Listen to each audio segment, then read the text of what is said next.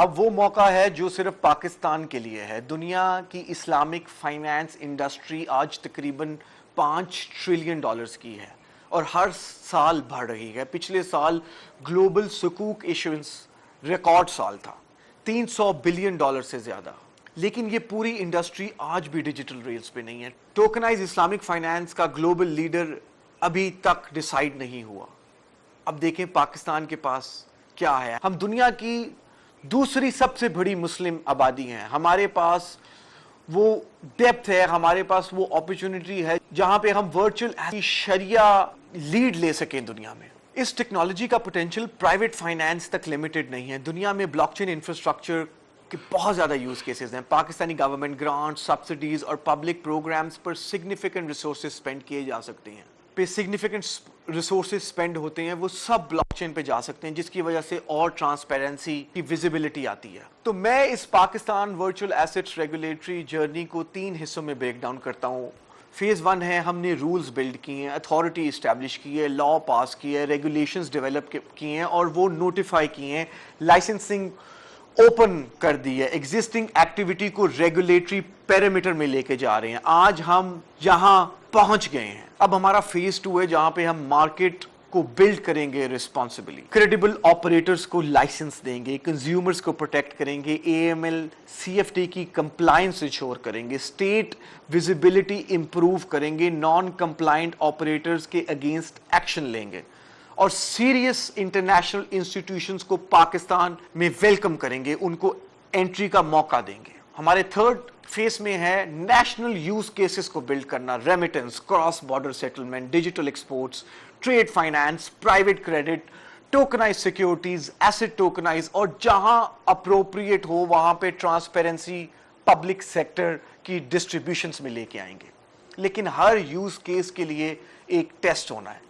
پاکستان کو measurable benefits کیا مل رہے ہیں, اور میں اب اس اناؤنسمنٹ کو ایک براڈر پرسپیکٹو میں دیکھنا چاہتا ہوں. آج پاکستان کے کلاس رومز میں جو بچے بیٹھے ہیں ان میں سے کچھ ممکن ہے کہ 2080 تک ورک فورس کا حصہ ہوں. پاکستان کی 2023 کی کنسنسس کے مطابق ہماری پاپولیشن 30 سال سے کم ہے. ذرا سوچیں کہ ہم آج ان کے لیے کیا پالیسیز ایسی بنا رہے ہیں کہ 2050 2080 میں یہ جو ٹیکنالوجیز ہیں, آرٹیفیشل انٹیلیجنس, جہاں پہ انٹیلیجنس کی کاسٹ اور اویلیبلٹی کو ہم فنڈامنٹلی ہر چیز کو چینج کر رہی ہے. بلاک چین ویلیو اور اونرشپ کا انفراسٹرکچر کو چینج کر رہی ہے.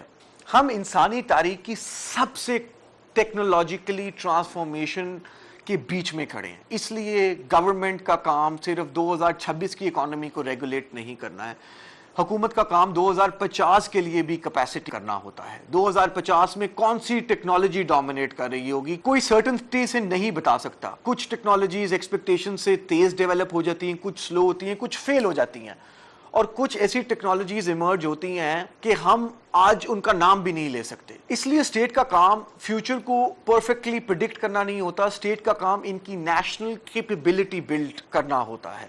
پاکستان نے بہت دفعہ ٹیکنالوجیکل ریولیوشنز کو لیٹ اپروچ کیا ہے. دنیا بلڈ کرتی رہ گئی, ہم کنزیوم کرتے رہ گئے. دنیا سٹینڈرڈ سیٹ کرتی رہ گئی, ہم بعد میں اڈاپٹ کرتے رہ گئے. فرنٹیئر ٹیکنالوجیز کی ایج میں یہ اپروچ سسٹینیبل نہیں ہے. ہم ہر ریس نہیں جیت سکتے, لیکن ہم ہر ریس میں لیٹ انٹر بھی نہیں ہو سکتے. ہم ایمرجنگ ٹیکنالوجیز کو ایزیلی ہمیں انڈرسٹینڈ کرنا پڑے گا, رسکس کو انٹیلیجنٹلی ریگولیٹ کرنا پڑے گا, کیپیبلٹیز بلڈ کرنی پڑیں گی, اور پھر ٹیکنالوجی کو پاکستانی پرابلم سالونگ کے لیے ڈپلوائے کرنا ہوگا. تو آج ہم نے virtual asset service regulations launch کر دی ہیں اور یہ بہت امپورٹنٹ ہے. لیکن مجھے امید ہے کہ ہم اس مومنٹ کو صرف ایک کرپٹو ریگولیشن کے طور پہ یاد نہیں رکھیں گے, اس لیے اسے ایک لارجر شفٹ کے طور پہ دیکھیں گے.